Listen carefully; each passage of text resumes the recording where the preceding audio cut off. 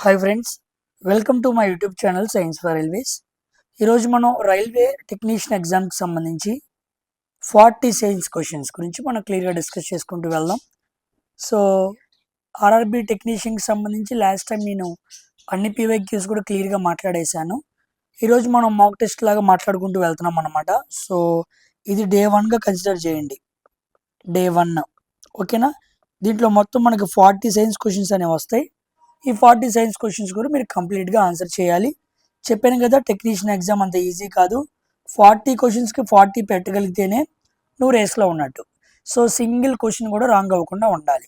అలా సైన్స్ మీద గ్రిప్ ఉన్న వాళ్ళు మాత్రమే ఎగ్జామ్కి ప్రిపరేషన్ చేసుకుంటే చాలా బెనిఫిషియల్గా ఉండిద్ది. ఎందుకు అంటే పోస్టులు చాలా తక్కువ ఉన్నాయి, కాంపిటీషన్ చాలా ఎక్కువ ఉంది.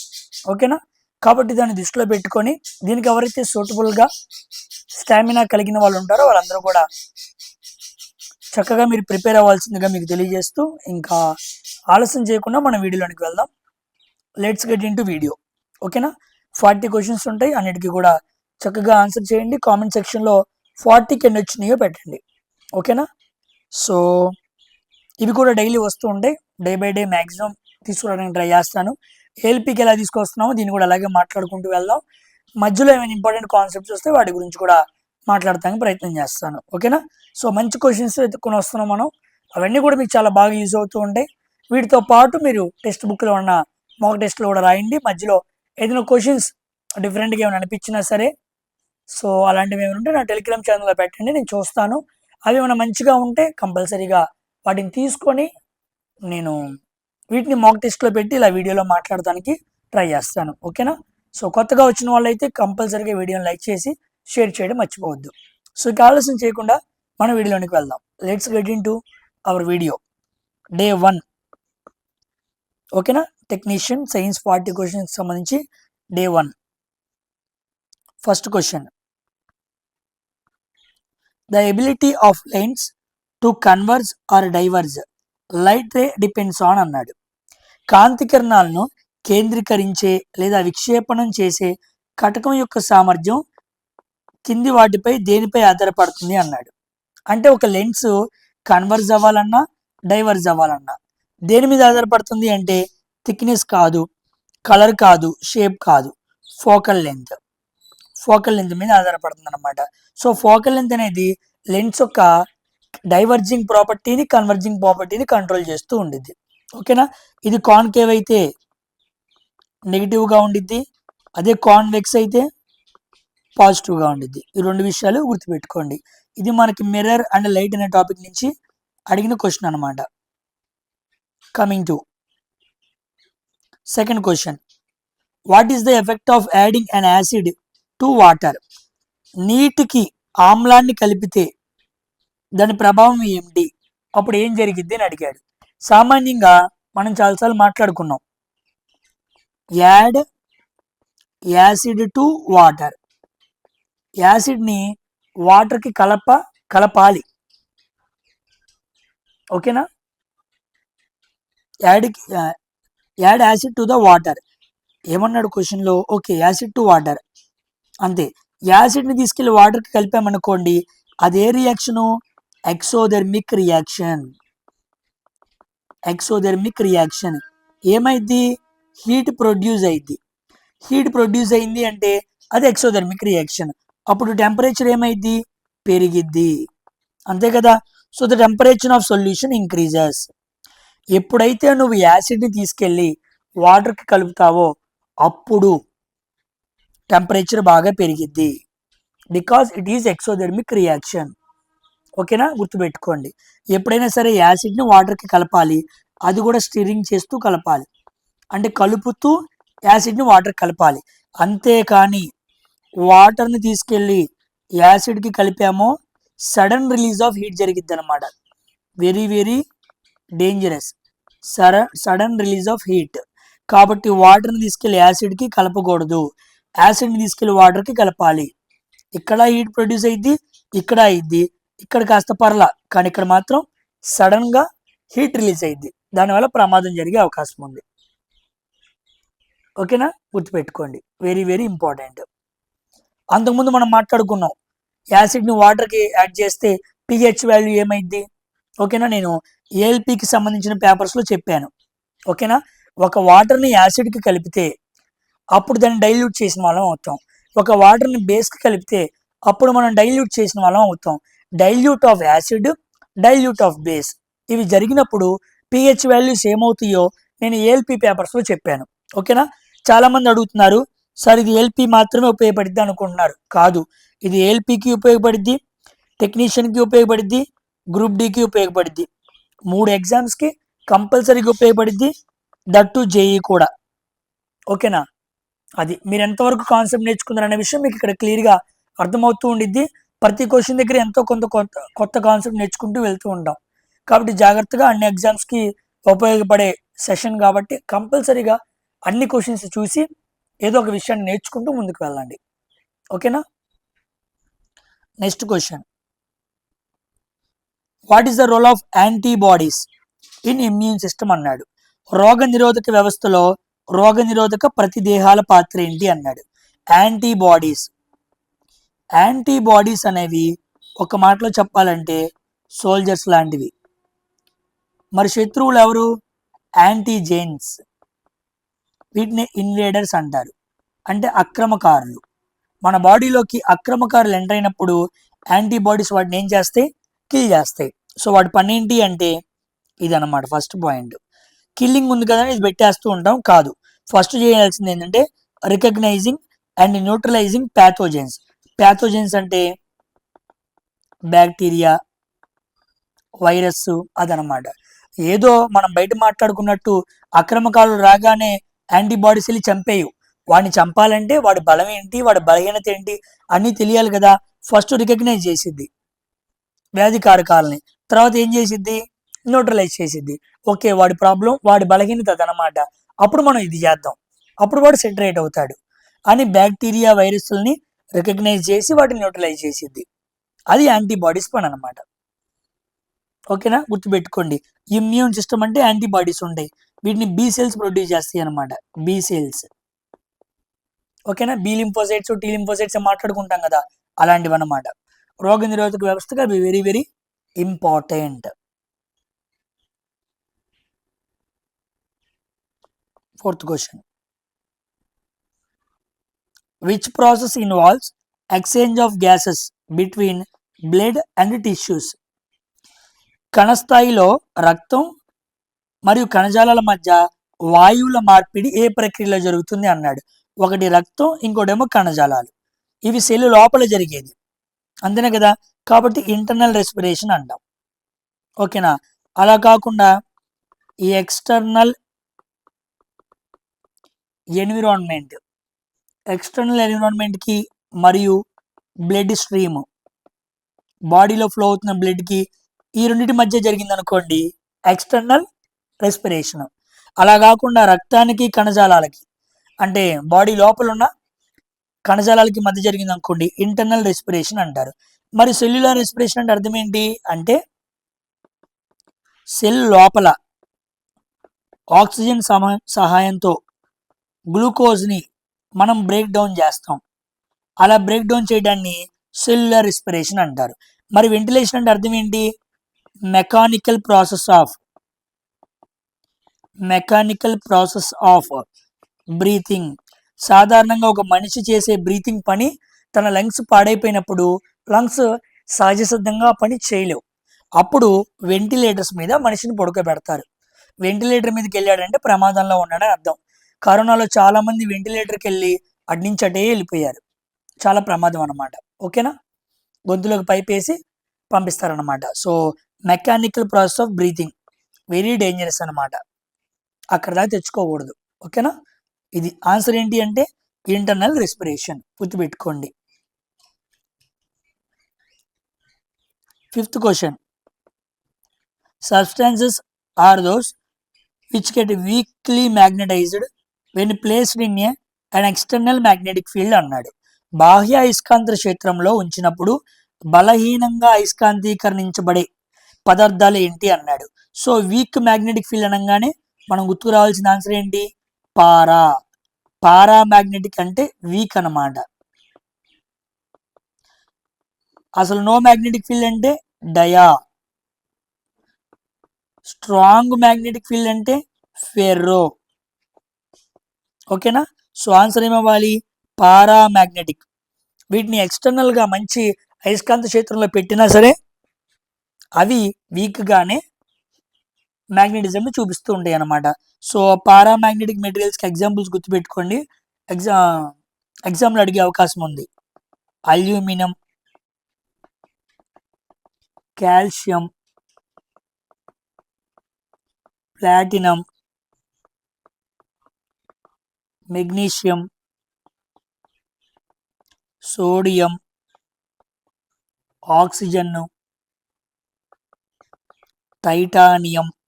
అమ్మో అన్ని ఉమ్ములు వస్తున్నాయి చూసారా.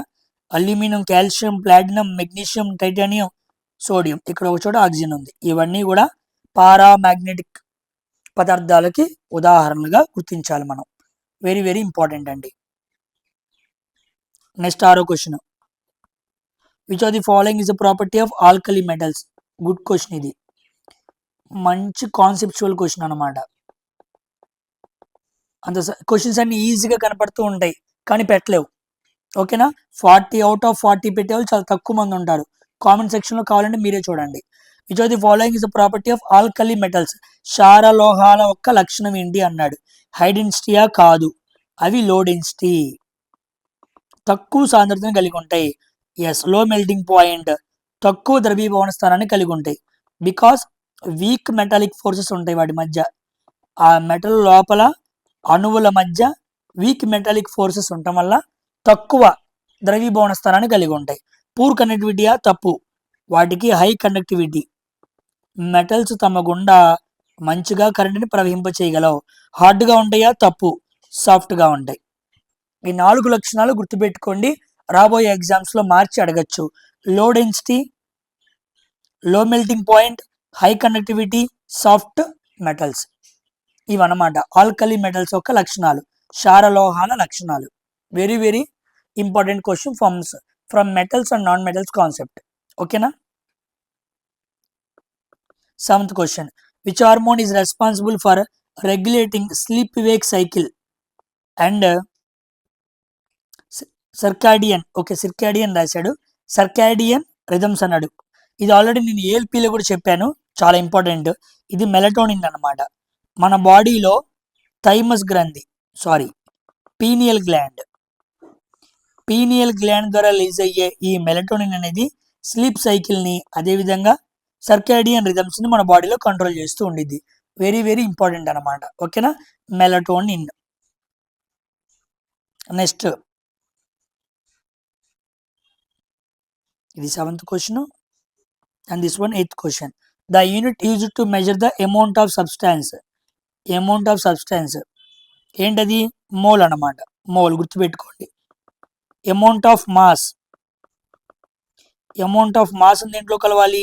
గ్రామ్స్లో కలవాలి. అమౌంట్ ఆఫ్ వాల్యూమ్ని దేంట్లో కలవాలి? లీటర్లో కలవాలి. యూనిట్ ఆఫ్ లెంత్ దేంట్లో కలవాలి? మీటర్లో కలవాలి. గుర్తుపెట్టుకోండి. అమౌంట్ ఆఫ్ సబ్స్టాన్స్ దాన్ని మోల్లో కలవాలి. ఓకేనా, mole. Next 9th question. Which of the following instrument used to measure blood pressure BP in human body అన్నాడు. బ్లడ్ ప్రెషర్ని కొలిచేది ఏంటి? స్పిగ్నోమానోమీటర్ మనకి బీపీని మెజర్ చేసింది అనమాట. 120/80 సిస్టోల్ బై డయాస్టోల్. గుర్తుపెట్టుకోండి, వెరీ వెరీ ఇంపార్టెంట్. ఓకేనా. ఇవి హై లెవెల్ మీటర్స్లో, ఇవి మనకు అక్కర్లేదు, అందుకే ఎక్స్ప్లెయిన్ చేయట్లేదు. నెక్స్ట్ 10వ question. Which of the following is the diatomic molecule అన్నాడు. CO2. ఓకేనా. మీథేన్ CH4, ఇక్కడేమో వాటర్ H2O, ఇక్కడ మాత్రం O2. ఎస్, ఇది మాత్రమే డైఅటామిక్ మాలిక్యూల్. ఓకేనా. 2 యాటమ్స్ అనమాట, 2 యాటమ్స్ ఉండాలి. 2 యాటమ్స్ ఉంటే డైఅటామిక్, 3 యాటమ్స్ ఉంటే ట్రైఅటామిక్ అనమాట. సింగిల్ యాటమ్ ఉంటే మోనోయాటమిక్. గుర్తుపెట్టుకోండి, మనం అటామిసిటీ అని చదువుతూ ఉంటాం. నంబర్ ఆఫ్ యాటమ్స్ని మెజర్ చేయడం అనమాట, కౌంట్ చేయడం. Atomicity very very important. 11వ question. What is the name of the process by which plants respond to touch or contact stimuli? మొక్కలు స్పర్శ లేదా తాకిడి ప్రేరణలకు స్పందించే ప్రక్రియను ఏమంటారు అన్నారు. సో సామాన్యంగా మనం పట్టుకోగానే ప్లాంట్ అనేది మన టచ్కి రెస్పాన్స్ అయ్యింది అనమాట. మన టచ్కి రెస్పాన్స్ అయ్యే సెన్సిటివిటీ రిసెప్టార్స్ అనేవి ఆ ప్లాంట్లో ఉంటాయి. దాన్ని థిగ్మోట్రోపిజం అంటారు. ఓకేనా, ఇదిగోండి ఇలా వీటిని టెండ్రిల్స్ అంటారు. ఇలా చిన్న తాడుల్లాగా పక్కన ఒక బేస్ పెడితే వాటికి అంటుకట్టుకుంటూ పైకి వెళ్తూ ఉంటాయి. దాన్ని థిగ్మోట్రోపిజం అంటారు. ఈ స్ట్రక్చర్స్ని టెండ్రిల్స్ అంటారు. ఓకేనా, అలా కాకుండా లైట్కి రెస్పాన్స్ అయింది అనుకోండి ఫోటోట్రోపిజం, గ్రావిటీకి రెస్పాండ్ అవుతుంది అనుకోండి గ్రావిటోట్రోపిజం, వాటర్కి రెస్పాండ్ అవుతుంది అనుకోండి హైడ్రోట్రోపిజం. అలా కాకుండా టచ్ సెన్స్కి రెస్పాన్స్ అవుతుంది అనుకోండి దట్ ఈస్ కాల్డ్ థిగ్మోట్రోపిజం. ఓకేనా, నెక్స్ట్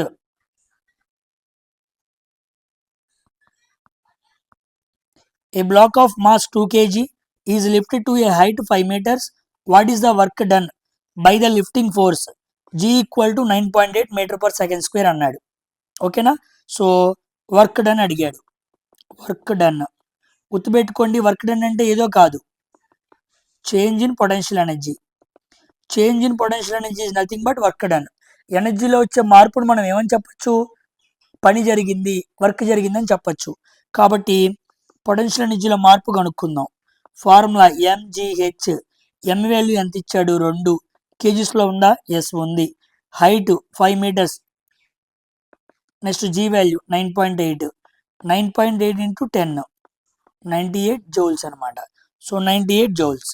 ఓకేనా, కాస్త స్పీడ్గా మాట్లాడుతూ ఉంటాను ఎందుకంటే 40 క్వశ్చన్స్ ఉన్నాయి కాబట్టి. మనం మామూలుగా 20 క్వశ్చన్స్కే మనకి 40 మినిట్స్ పట్టింది, వీడికి ఇంకా ఎక్కువ సమయం పట్టింది కాబట్టి కాస్త ఫాస్ట్గా వెళ్తూ ఉంటాను. ఫాలో అప్ అవుతూ ఉండండి. కాస్త ఫాస్ట్ అనిపిస్తే మీరు స్పీడ్ తగ్గించుకోండి, మీకు క్లియర్గా అర్థమైంది. నెక్స్ట్ క్వశ్చన్ 13వది. What is the role of insulin in the regulation of blood glucose level? రక్తంలో గ్లూకోజ్ స్థాయిల నియంత్రణలో ఇన్సులిన్ పాత్ర ఏంటి అన్నాడు. సామాన్యంగా మన బాడీలో ఇన్సులిన్ అనేది లోయర్ ద బ్లడ్ షుగర్, మన బాడీలో రైజ్ అయిన బ్లడ్ షుగర్ వాల్యూస్ని ఇన్సులిన్ ఏం చేస్తుంది? తగ్గిస్తుంది. ఎలా? అలా అడిగాడు. ఎలా తగ్గించిద్ది అంటే ఇదిగోండి, prompting the glucose uptake by the cells అనమాట. కణాలు గ్లూకోజ్ తీసుకోవడంలో ప్రోత్సహిస్తూ ఉండిద్ది. సామాన్యంగా మన బాడీలో కార్బ్స్ తీసుకున్నాం, కార్బ్స్ అని ఎలా మారిపోతాయి? గ్లూకోజ్గా మారిపోయింది. ఇప్పుడు మన బాడీలో గ్లూకోజ్ పెరిగిపోయింది, అప్పుడు ఇన్సులిన్ రిలీజ్ అయ్యిద్ది. ఇన్సులిన్ ఏం చేసిద్ది? బ్లడ్ షుగర్ లెవెల్ని తగ్గించిద్ది. ఎలా అంటే ఇక అన్నిటికీ చెప్పిద్ది. ఉదాహరణకి మజిల్స్కి, ఫ్యాట్ సెల్స్కి, అదేవిధంగా లివర్కి, అన్నిటికీ చెప్పి తొందరగా రండి, మన బాడీలో గ్లూకోజ్ పెరిగిపోయింది, మజిల్స్ కొంత గ్లూకోజ్ తీసుకో, ఫ్యాట్స్ కొంత గ్లూకోజ్ తీసుకో, లివర్ ఎక్కువగా మిగిలిపోయిన గ్లూకోజ్ని గ్లైకోజన్ రూపంలో స్టోర్ చేయి అని ఇన్సులిన్ గైడ్ చేస్తుంది. Prompting the glucose uptake by the cells. ఈ ఇంగ్లీష్ లాంగ్వేజ్ చాలా ఇంపార్టెంట్, తెలుగులో కూడా పట్టుకోవాలి మనం. ఈ పదాల దగ్గర, స్టేట్మెంట్స్ దగ్గర కన్ఫ్యూజ్ చేస్తున్నాడు. ఎగ్జాక్ట్ ఎన్సీఆర్టీ వర్డ్స్ కాబట్టి నేను వాటిని తీయకుండా అలాగే పెడుతున్నాను. ఓకేనా, క్వశ్చన్ తెలియటం వేరు, ఎన్సీఆర్టీలో ఉన్న ప్యాటర్న్ తెలుసుకోవడం వేరు. కాబట్టి prompting the glucose uptake by the cells, వాటికి చెబుతుంది, ప్రాంప్ట్ ఇస్తుంది, తీసుకోండి గ్లూకోజ్ పెరిగిపోయింది, తీసేసుకోండి, స్టోర్ చేయండి. లేకపోతే బ్లడ్లో గ్లూకోజ్ పెరిగితే షుగర్ పెరిగే అవకాశం ఉంది, షుగర్ వచ్చే అవకాశం ఉందని చెబుతుంది. ఓకేనా, రేపు ఎప్పుడైనా తగ్గిందనుకోండి అప్పుడు గ్లూకగాన్ పనిచేస్తుంది. గ్లూకగాన్ ఇది గ్లూకోజ్ని గ్లైకోజన్గా మారిస్తే గ్లూకగాను మళ్ళీ గ్లైకోజన్ ఏం చేస్తుంది? గ్లూకోజ్గా మారుస్తూ ఉండింది. అలాగా ఇన్సులిన్కి ఆపోజిట్గా గ్లూకగాన్ పనిచేస్తూ మన బాడీలో ఎక్కువైన చక్కెర శాతాన్ని తగ్గిస్తూ తక్కువైన చక్కెర శాతాన్ని పెంచుతూ ఇలా వెళ్తూ ఉంటాయి. ఈ 2 హార్మోన్స్ కూడా ప్యాంక్రియాస్ అనే గ్రంథి ద్వారా రిలీజ్ అవుతున్నాయి. కాబట్టి చాలా జాగ్రత్తగా ఉండాలి. అంతేగాని దొరికిందిలే కాబట్టి అర్ధరాత్రి 9ంటికి 10ంటికి అన్నాలు తిన్నాం అనుకో, పొద్దున్నే గ్లూకోజ్ స్పైక్ పెరిగిపోయి కనపడకుండా ఇబ్బంది పడుతూ ఉంటాం. అంతెందుకు, ఇప్పుడు వీడియో వింటున్న చాలా మందిలో హాస్పిటల్కి వెళ్ళి గ్లూకోజ్ టెస్ట్ చేసుకుంటే, డయాబెటీస్ టెస్ట్ చేసుకుంటే చాలా మందికి గ్లూకోజ్ ఉండిద్ది, డయాబెటీస్ ఉండిద్ది, చేసుకోవాలన్నా భయపడుతూ ఉంటారనమాట. కాబట్టి ఫుడ్ విషయాల్లో జాగ్రత్తగా ఉండండి. 6 లోపే సమయానికన్నా ముందే తినేసేయండి. అలాగని ఎక్కువ అన్నం తినొద్దు. రోజులో ఒక్కసారే తినండి. ఆహారపు అలవాట్లు తీసుకోపోతే నువ్వు ఎన్ని ఉద్యోగాలు సంపాదించినా నీ ఆరోగ్యం నీ దగ్గర ఉండదు. నీ డబ్బులు ఎవడో తింటాడు. అది దృష్టిలో పెట్టుకొని ఆరోగ్యాన్ని కాపాడుకోండి. ఓకేనా? So third option is the correct answer. 14వ question. When we are standing in a bus, the bus begins to move suddenly. We tend to fall backwards. Which one of the following law of motion applies in this case అన్నాడు. Standing in the bus begins అన్నాడు. అంటే bus start అయింది. Start అయినప్పుడు వెనక్కి పడతాం మనం. So దాన్ని first law of motion అన్నారు. ఓకేనా? సో బిగిన్ నుంచి అంటే బిగిన్ అయినప్పుడు మనిషి ఫాల్ బ్యాక్వార్డ్. గుర్తుపెట్టుకోండి, రెండు వైపులా ఇస్తూ ఉంటాడనమాట. అదే స్టాప్ చేశాడు, వెళ్తున్న బస్సును స్టాప్ చేశాడు, అప్పుడు ఫ్రంట్ వార్డ్. ముందుకు పడే సందర్భం ఉంది, వెనక పడే సందర్భం ఉంది. అది స్టాప్ నుంచి స్టార్ట్కి వెళ్ళినప్పుడేమో వెనక్కి పడతావు, స్టార్ట్ నుంచి స్టాప్లోకి వస్తున్నప్పుడేమో ముందుకు పడతావు. ఆ రెండు కండిషన్స్ గుర్తుపెట్టుకో. ఫస్ట్ లా ఆఫ్ మోషన్ అక్కడ ఏముండిద్ది? ఇనర్షియా ఉండిద్ది, జడత్వ నియమం అనమాట. ఓకేనా? ఏ గమన నియమం పనిచేస్తుంది అంటే ఫస్ట్ది. నెక్స్ట్ 15వ క్వశ్చన్. In convex lens parallel rays of light after refraction అన్నాడు. సో ఇలా మనం కాన్వెక్స్ లెన్స్ తీసుకున్నాం, ఇలా మన లైన్ తీసుకున్నాం. ఇలా లైట్ రే వచ్చింది అనుకోండి, లెన్స్ యొక్క గుణం ఏంటి? దాని గుండా లైట్ రే వెళ్ళాలి, కాబట్టి ఇలా వెళ్ళిద్ది. సో ఇలా ప్యారల్గా వచ్చింది కదా. సో ప్రిన్సిపల్ యాక్సిస్కి ఎప్పుడు ప్యారల్గా వచ్చినా సరే అవి దేని గుండా వెళ్తాయి? ఫోకస్ గుండా వెళ్తాయి. కాబట్టి ఫోకల్ పాయింట్ నాభ్యంతరం గుండా వెళ్ళాలి ఎప్పుడు? ప్యారలల్గా వస్తాయి. దేనికి? ప్రిన్సిపల్ యాక్సిస్కి. ఓకేనా? Coming to 16th question. The force that opposes the relative motion between the two surfaces in contact. ఇది గ్రౌండ్, ఇది వస్తువు, మాస్ ఉంది. ఇక్కడ ఉండే ఫోర్స్ని ఏమంటాం మనం? ఫ్రిక్షనల్ ఫోర్సెస్ అంటాం. అంటే ఈ వస్తువుని మనం మూవ్ చేస్తున్నప్పుడు ఈ గ్రౌండ్ మనం చేస్తున్న మోషన్కి రిలేటివ్గా అపోజ్ చేస్తూ ఉండిద్ది. సో అక్కడ వస్తువుని పెట్టినప్పుడు ఫ్రిక్షన్ ఉంటేనే వస్తువు అక్కడ ఉండిద్ది. మనం నెడుతున్నప్పుడు ఆ ఫ్రిక్షనల్ ఫోర్స్ని దాటి నెట్టాలి, అప్పుడు వస్తువు కదిలిద్ది. ఒకవేళ ఇది కదలలేదు అంటే ఫ్రిక్షనల్ ఫోర్స్ కన్నా నువ్వు ఎక్కువ ఫోర్స్ పెట్టలేదు. సో రిలేటివ్ మోషన్లో ఎక్కువ ఫోర్స్ పెట్టాలి. అలా పెట్టే ఫోర్స్ని ఫ్రిక్షనల్ ఫోర్స్ అంటారు. ఓకేనా? గ్రావిటేషనల్ ఫోర్స్ అంటే మీకు తెలుసు. నెక్స్ట్ నార్మల్ ఫోర్స్ అంటే ఏంటో చెబుతా. ఇది ఒక బల్ల అనుకోండి, ఈ బల్ల మీద ఇలా బాక్స్ని పెట్టావు, ఇలా పర్పెండిక్యులర్గా పనిచేసే ఫోర్స్ని నార్మల్ ఫోర్స్ అంటారు. ఒక వస్తువుని మరొక వస్తువుతో అటాచ్ చేసినప్పుడు, రెండు వస్తువుల్ని జాయిన్ చేసినప్పుడు రెండు వస్తువుల పైనుంచి పర్పెండిక్యులర్గా 90 degreesలో ఉండే ఫోర్స్ని నార్మల్ ఫోర్స్ అంటారు. ఇది అప్వర్డ్లో ఉండిద్ది. మరి కిందకి 90 degreesలో ఉండే ఫోర్స్ని వెయిట్ అంటారు. ఫోర్స్ని వెయిట్ అంటారు, బికాస్ వెయిట్ కూడా ఫోర్సే అనమాట. ఓకేనా? కాబట్టి పైకి ఉండేదేమో నార్మల్, కిందకు ఉండేదేమో వెయిట్, ఇలా ఉండేదేమో ఫ్రిక్షనల్. గ్రావిటేషనల్ ఫోర్స్ ఏమో నాన్ కాంటాక్ట్ ఫోర్స్ అనమాట. విశ్వంలో రెండు వస్తువులు దూరంగా ఉన్నప్పుడు, వాటి మధ్య కొంత డిస్టెన్స్ ఉన్నప్పుడు వాటి మధ్య గురుత్వాకర్షణ బలం ఉంటుంది. టెన్షన్ ఫోర్స్ అంటే అర్థం ఏంటి? ఇక్కడ మనిషి ఉన్నాడు, ఇక్కడ మనిషి ఉన్నాడు, ఇద్దరు పట్టుకొని తాడు లాగుతున్నారు. ఆ తాడు లాగినప్పుడు ఉండే ఫోర్స్ని టెన్షనల్ ఫోర్స్ అంటారు.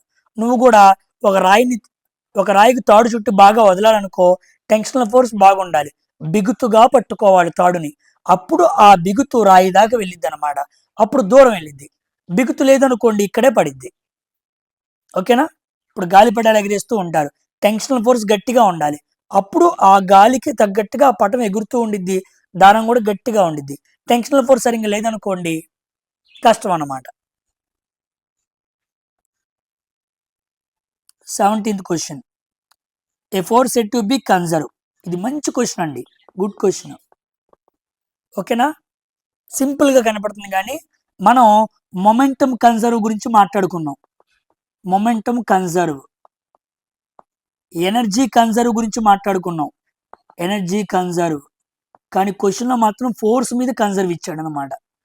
చూడంగానే మంచి క్వశ్చన్ అనిపించింది. ఏంటి అసలు కన్జర్వ్ ఏంటంటే ఏమీ లేదు. ఇనీషియల్గా ఎంత ఫోర్స్ ఉందో ఫైనల్గా కూడా అంతే ఉండిద్ది. ఇనీషియల్గా ఎంత ఎనర్జీ ఉందో ఫైనల్గా కూడా అంతే ఎనర్జీ ఉండిద్ది.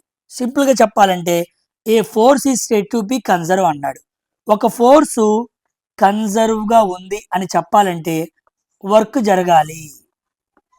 కానీ వర్క్ జరిగే సమయానికి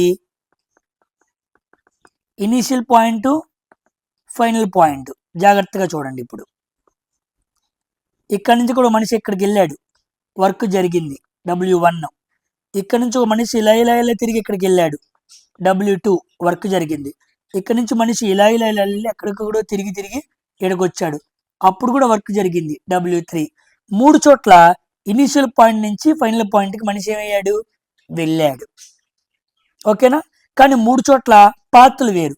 ఇక్కడేమో ఈ పాత్రలో వెళ్ళాడు, రెండోసారి ఈ పాత్రలో వెళ్ళాడు, మూడోసారిలో ఈ పాత్రలో వెళ్ళారు. గుర్తుపెట్టుకోండి, ఇనీషియల్ పాయింట్ నుంచి ఫైనల్ పాయింట్కి వెళ్తామే మనకు ముఖ్యం. వాడు ఎలా వెళ్ళాడు అన్నది మనకి అనవసరం. కాబట్టి work done is path independent. Work జరిగిన చోట పాత్ అనేది, వెళ్ళిన దారి అనేది ఇండిపెండెంట్ గా, చేసిన పని మార్గంపై ఆధారపడి ఉండదు. నువ్వు పని చేసావు కానీ మార్గం మీద ఆధారపడకుండా పని చేసావు, అప్పుడు ఫోర్స్ కన్జర్వ్ గా ఉండిద్ది. ఓకేనా? అది మంచి క్వశ్చన్ అనమాట. ఇనీషియల్ పాయింట్ నుంచి ఫైనల్ పాయింట్కి వస్తువు వెళ్ళాలి అంతే, అంతేగాని ఏ పాత్రలో వెళ్ళింది అనవసరం. నువ్వు గుంటూరు నుంచి తెనాలి వెళ్ళాలి, నువ్వు ఎలాగైనా వెళ్ళు, కానీ అక్కడ నువ్వు అలా వెళ్ళినప్పుడు ఫోర్స్ కన్సర్వ్గా వెళ్ళింది అని అర్థం అనమాట. సో వర్క్ 1, వర్క్ 2, వర్క్ 3 పాత్లు are different but the force is conserved. కానీ ఒకే పాత్ ఉందనుకోండి అప్పుడు తేడా అయింది. కాబట్టి ఫోర్స్ కన్సర్వ్గా ఉండాలి అంటే ఒక లక్షణాన్ని గమనించాలి. ఏంటది? Work done path is independent. గుర్తుపెట్టుకోండి. Next question 18th one. What is the primary function of ribosome? మీకు చాలాసార్లు చెప్పాను, రైబోజోమ్ ఫంక్షన్ ఏంటి? ఎనర్జీ ప్రొడక్షన్ కాదు, ప్రోటీన్స్ సింథసిస్.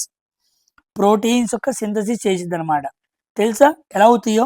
బాడీలో సెల్ లోపల రైబోజోమ్స్ mRNA ఉండిద్ది అనమాట, మెసెంజర్ RNA ఉండిద్ది. ఈ మెసెంజర్ RNA ఎమినో యాసిడ్స్గా మారటానికి రైబోజోమ్ సహాయపడతాయి. ఈ ఎమినో యాసిడ్స్ ఒక పట్టణ ఖాళీగా ఉండవు, పెప్టైడ్ బాండ్స్ని ఏర్పాటు చేసుకొని గొలుసులుగా ఫామ్ అవుతుంది అనమాట. వీటిని పెప్టైడ్ బాండ్స్ అంటారు.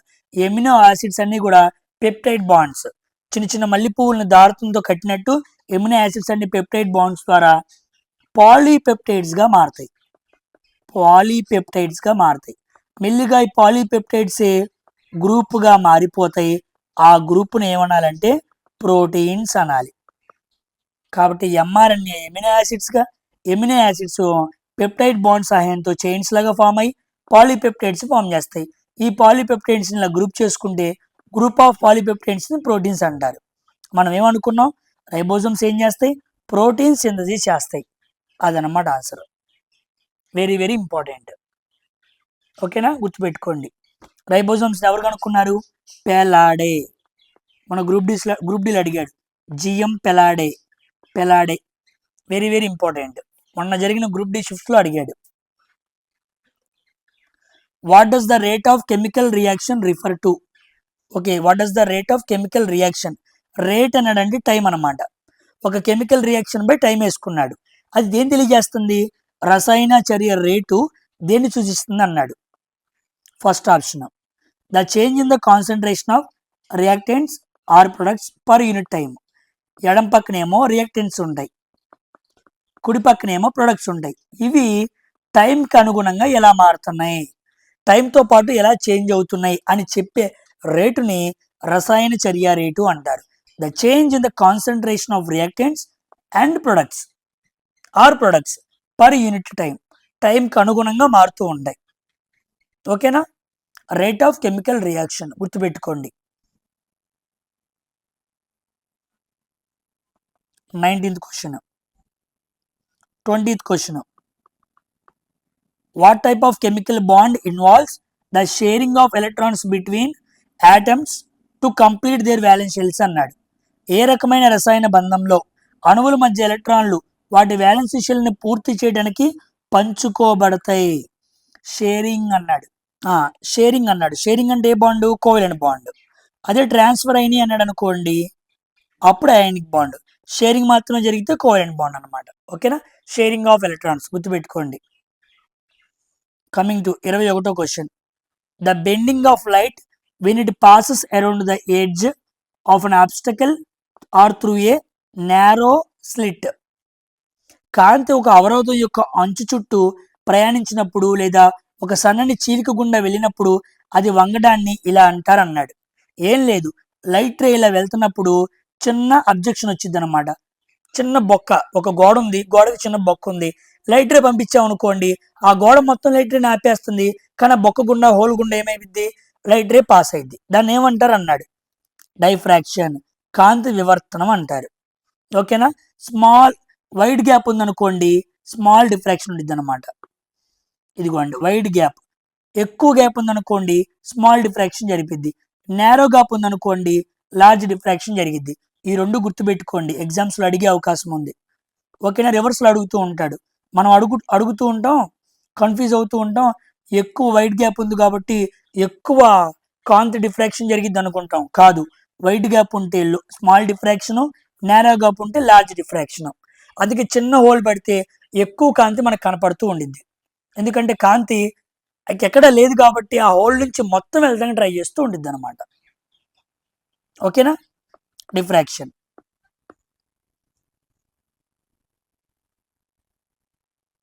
21వ క్వశ్చన్ ఇది. Next 22.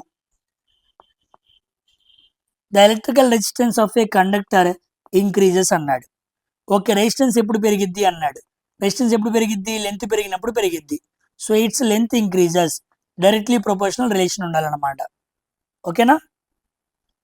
Coming to what is the role of competitive inhibitor in an enzymed catalysed reaction అన్నాడు.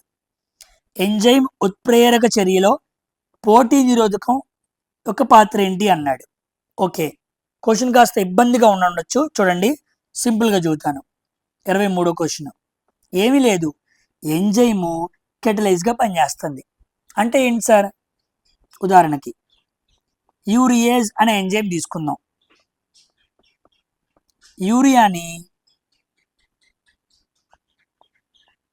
అమోనియాగా, కార్బన్ డైఆక్సైడ్, ఒక యూరియా అమోనియాగా మారాలి. అలా మారాలి అంటే మనకి యూరియేజ్ అనే ఎంజైమ్ కావాలి. ఇప్పుడు ఈ ఎంజైము చర్యలో పాల్గొనట్ల, కానీ చర్య అనే వేగాన్ని పెంచుతుంది.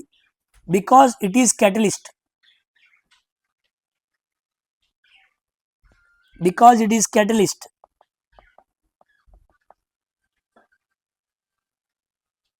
కెటలిస్ట్గా పనిచేస్తుంది అనమాట. ఓకేనా? కాబట్టి ఎంజైమ్డ్ కెటలైజ్డ్ రియాక్షన్లో కాంపిటేటివ్ ఇన్హిబిటర్ పని ఏంటి అన్నాడు. It competes with the substrate for the enzyme active site అనమాట. సబ్స్ట్రేట్ అంటే ఏదో కాదు, యూరియా అనమాట.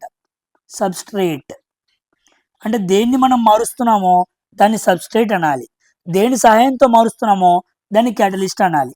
కాబట్టి ఈ సబ్స్ట్రేట్కి ఈ క్యాటలిస్ట్కి మధ్య మంచి కాంపిటీషన్ ఉండిద్ది అనమాట. ఇది ఎంజైమ్ యొక్క క్రియాశీల స్థానం కోసం సబ్స్ట్రేట్తో పోటీ పడుతుంది. It competes with the substrate for the enzymes active site అనమాట. ఓకేనా? ఇంకోలా చెప్పాలనుకోండి, మన బాడీలో మనం ప్రోటీన్స్ తీసుకున్నాం. ప్రోటీన్స్ అనేవి ఎమినో యాసిడ్స్గా మారాలి. ఈ ప్రోటీన్స్ని సబ్స్ట్రేట్స్ అంటాం. ఓకేనా? ఇక్కడ ఎంజైమ్ ఏంటి? పెప్సిన్. పెప్సిన్ అనే ఎంజైమ్ ఉంది. సో పెప్సిన్ అనేది ప్రోటీన్స్ని ఎమినో యాసిడ్స్గా మార్చేదిలే, ఓవరాల్గా రాస్తున్నాను. సో ప్రోటీన్స్ ఎమినో యాసిడ్స్గా మారాలి అంటే పెప్సిన్ ఎంతో కొంత పని చేస్తుంది. ఇది కెటలిస్ట్ అనమాట. సో ఈ కెటలిస్ట్ ఈ సబ్స్ట్రేట్కి మధ్య యాక్టివ్ సైట్లో ఏం జరిగిద్ది అంటే ఒక మంచి రియాక్షన్ అనేది జరుగుతూ ఉండిద్ది. ఓకేనా? Third option is the correct answer అనమాట. చాలా మందికి ఎంజైమ్ కెటలైజ్డ్ రియాక్షన్ అంటే తెలియదు. ఏమీ లేదు, మన బాడీలో ఎంజైమ్ సహాయంతో జరిగే కొన్ని కెమికల్ రియాక్షన్స్నే ఎంజైమ్ కెటలైజ్డ్ రియాక్షన్స్ అంటారు. ఓకేనా? 23rd క్వశ్చన్ అనమాట అది. Next the electrical power dissipated in a resistor అన్నాడు. So power equal to V square by R, power equal to I square into R, power equal to V into I. So first option ఉంది, ఇది కాదు. ఏంటి second option కూడా ఉంది. Okay, రెండు options ఇచ్చినట్టున్నాడు, first option third option. So ఈ మూడు ఫార్ములాస్ అనమాట, గుర్తుపెట్టుకోండి. ఇవి కాకుండా ఏమున్నా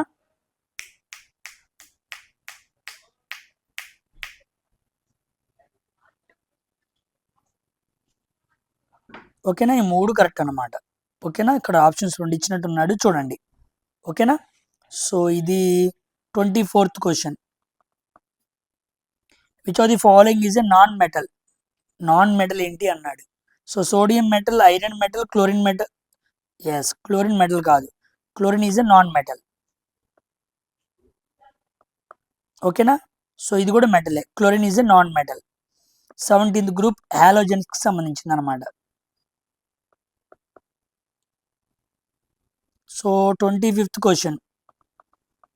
coming to 26th question. Which gas is usually liberated when metal carbonate reacts with acid. ఇది నేను ఆల్రెడీ యాసిడ్ బేసిస్ కెమికల్ రియాక్షన్స్లో క్లియర్గా చెప్పాను. ఒక మెటల్ తీసుకోండి, metal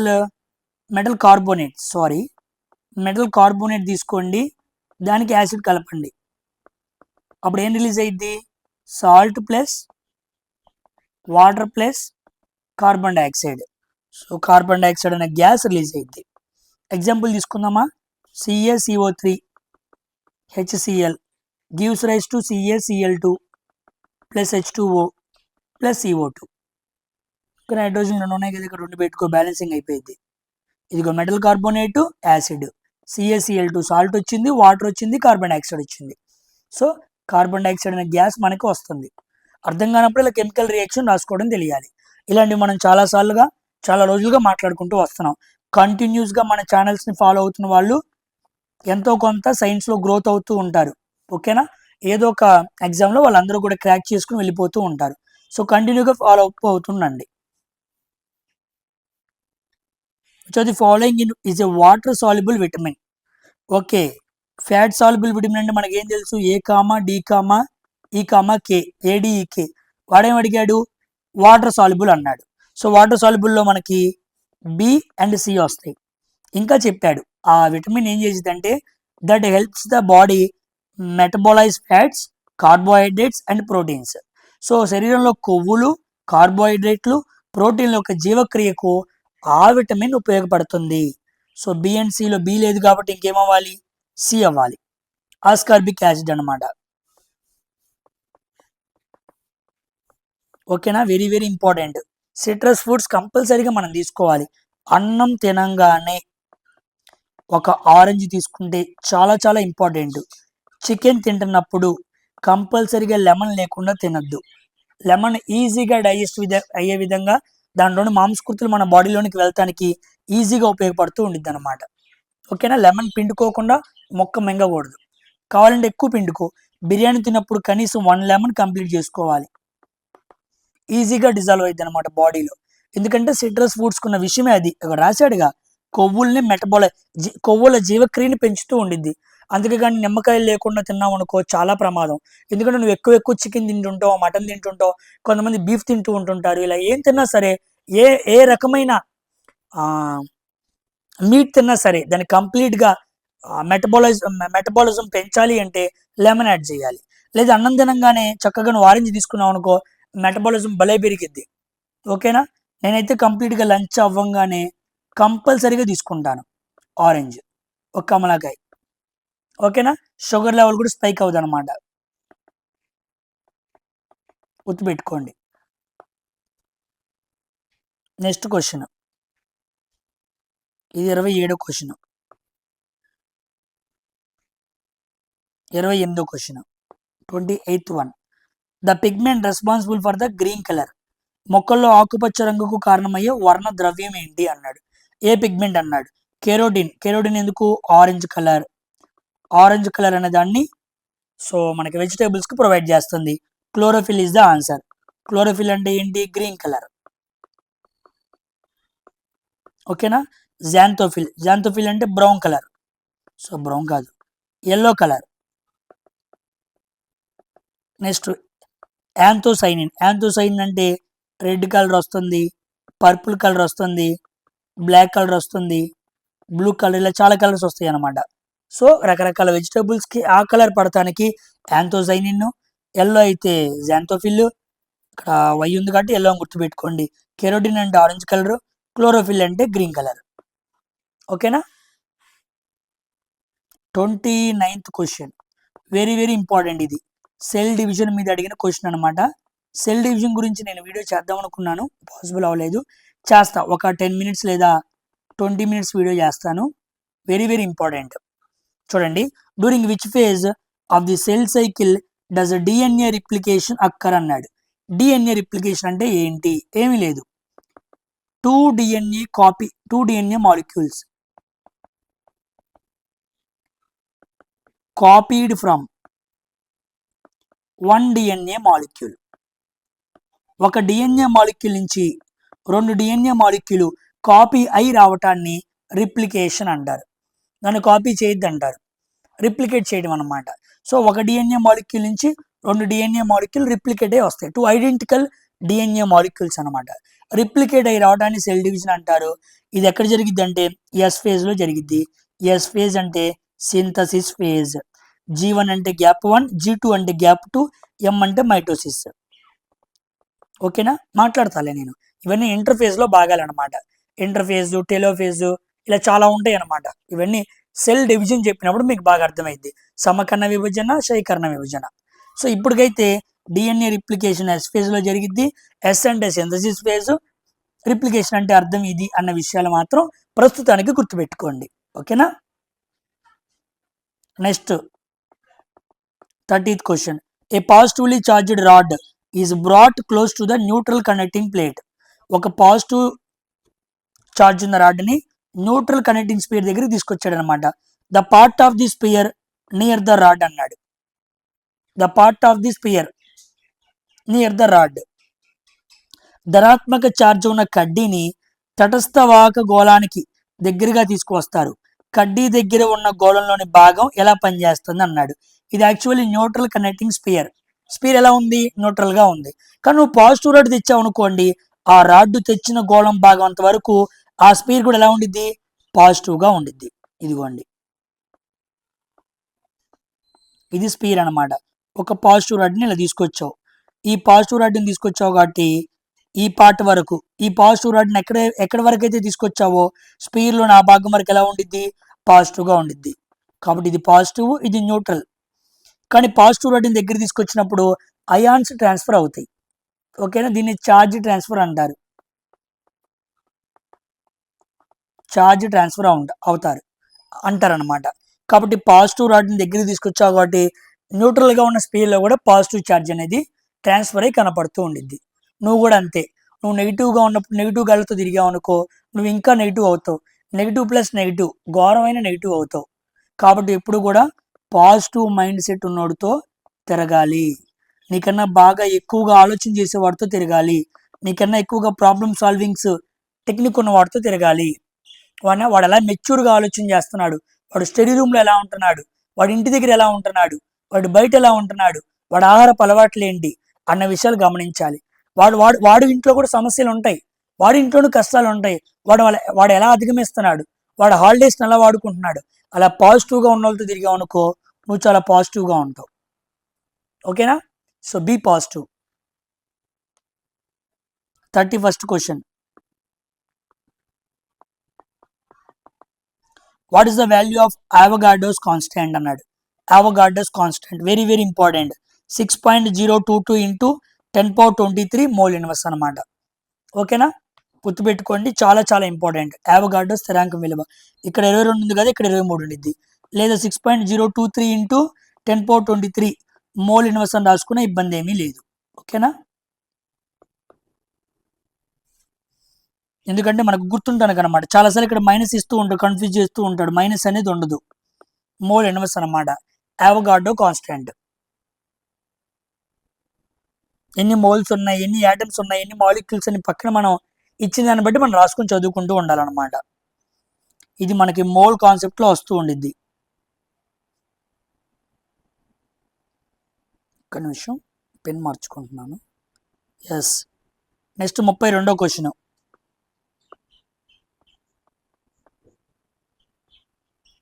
I go with white. What type of reproduction involves a single organism? ఇక్కడ వరకు చదివితే చాలు. మరొక జీవి ప్రమేయం లేకుండా ఒకే జీవి సంతానాన్ని ఉత్పత్తి చేస్తుంది అంటే అదే ప్రొడక్షన్ అవ్వాలి, అసెక్షువల్ రీప్రొడక్షన్ అవ్వాలి. ఇక్కడ సింగిల్ పేరెంట్. ఓకేనా? సెక్షువల్ రీప్రొడక్షన్లో సింగిల్ పేరెంట్కి ఛాన్స్ ఉండదు. ఓకేనా, గుర్తుపెట్టుకోండి. వెజిటేటివ్ ప్రాపగేషన్ కాదు, ఫ్రాగ్మెంటేషన్ కాదు. సో ఫ్రాగ్మెంటేషన్ కూడా ఎగ్జాంపులేలే, కాదు అంటానికి లేదు. కానీ వాడు పద్ధతిని అడిగాడు కాబట్టి మనం అసెక్షువల్ రీప్రొడక్షన్ పెట్టాలి. ఓకేనా? Single parent, single organism involve అయింది. 33వ question. What is the chemical formula of glucose? Glucose formula ఏంటి? C6H12O6. Very very important. ఇది దేని ఫార్ములా? Glucose formula. మరి ఫ్రక్టోజ్ ఫార్ములా ఏంటి తెలుసా? ఫ్రక్టోజ్.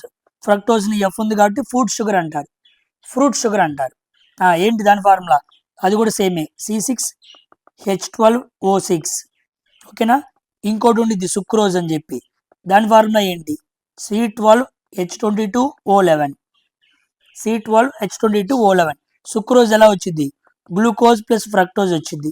ఇది ఒక డైసాక్రైడ్ అనమాట. గ్లూకోజ్ ఫ్రక్టోజ్ కలిపితే వచ్చేది సుక్రోజు. దాని ఫార్ములా ఇది. గ్లూకోజ్ ఫార్ములా ఇది, ఫ్రక్టోజ్ ఫార్ములా ఇది. వాడు అడిగింది గ్లూకోజ్ కాబట్టి C6H12O6 ఫస్ట్ ఆప్షన్ పెడితే సరిపోయింది. సుక్రోజ్ అడిగితే C12H22O11 పెట్టాలి. ఇవన్నీ కాదు. ఓకేనా? మోనోసాక్రైడ్స్, డైసాక్రైడ్స్, పాలీసాక్రైడ్స్ అని చెప్పి న్యూట్రియంట్స్ అనే టాపిక్లో వస్తుందన్నమాట. 34వ question. What is the main difference between the structure of diamond and graphite? So diamond carbon నుంచి వచ్చింది, గ్రాఫైట్ కార్బన్ నుంచి వచ్చింది. ముఖ్యమైన తేడా ఏంటి అన్నాడు, మెయిన్ అన్నాడు. టైప్ ఆఫ్ కార్బన్ ఐటమ్సా? కాదు. ప్రజెన్స్ ఆఫ్ ఇంప్యూరిటీసా? కాదు. సైజ్ ఆఫ్ కార్బన్ ఐటమ్సా? కాదు. Arrangement of carbon items.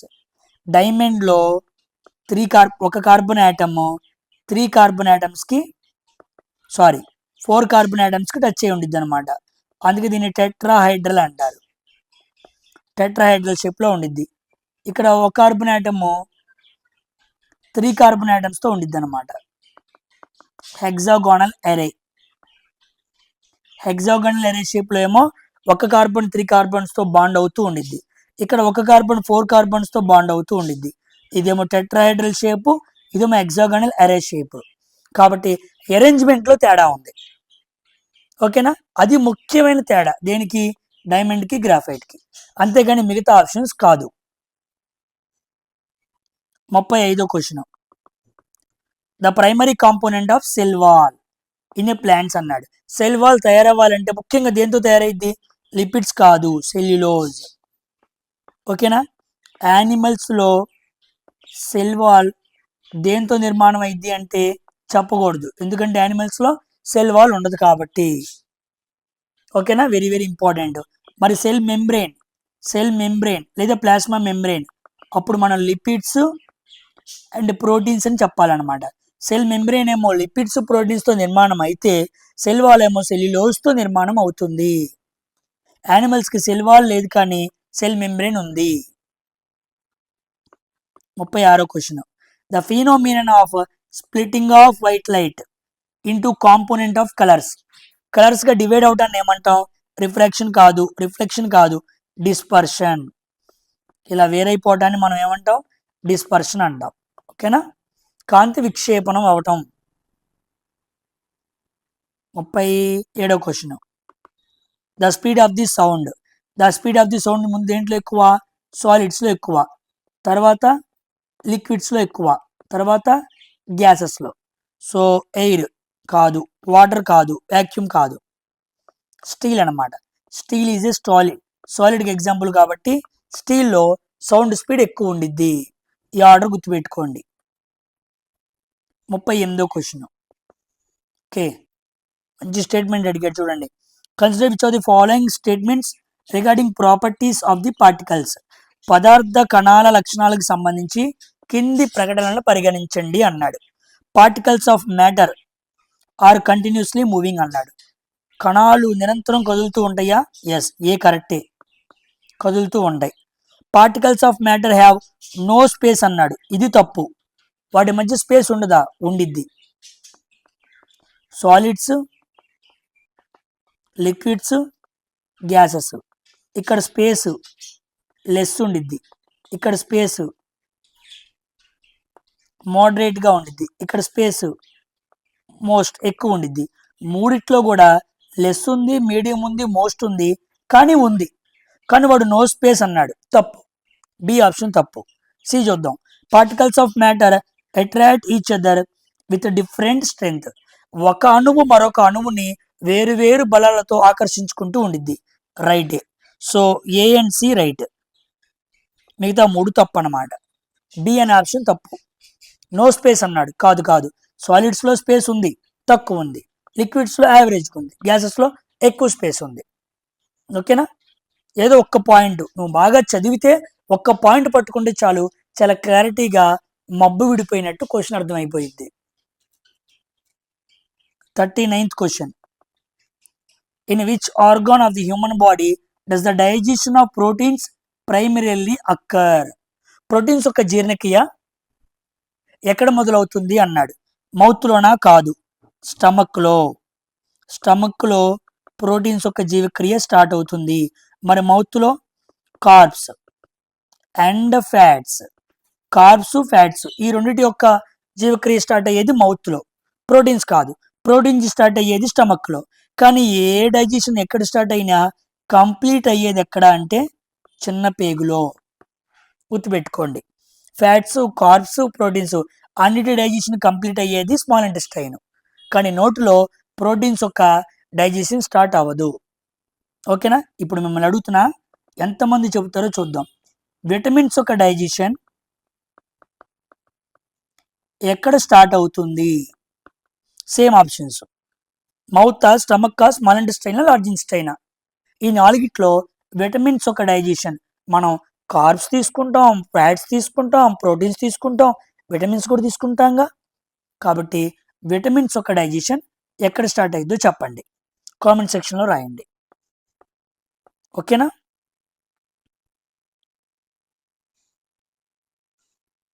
థర్టీ-9th question. So coming to final question, 40th question. Which type of bond is formed in molecule of nitrogen N2? Oxygen అనగానే 2 కాబట్టి double bond ఉండేది, కాబట్టి N2 అనగానే 2 ఉంది కాబట్టి డబుల్ బాండ్ అనేది పెడతాడు. రాంగ్ అయిపోయింది. N అనగానే నైట్రోజన్, అటామిక్ నెంబర్ 7, 2,5. దానికి 3 ఎలక్ట్రాన్స్ కావాలి కాబట్టి ఇలా ఇలా ఇలా ఇలా చూపించాలన్నమాట. 2 Nలు ఉన్నాయి కాబట్టి ఇలా చూపించాం. కానీ బాండ్లు ఎన్ని ఉన్నాయి? 3.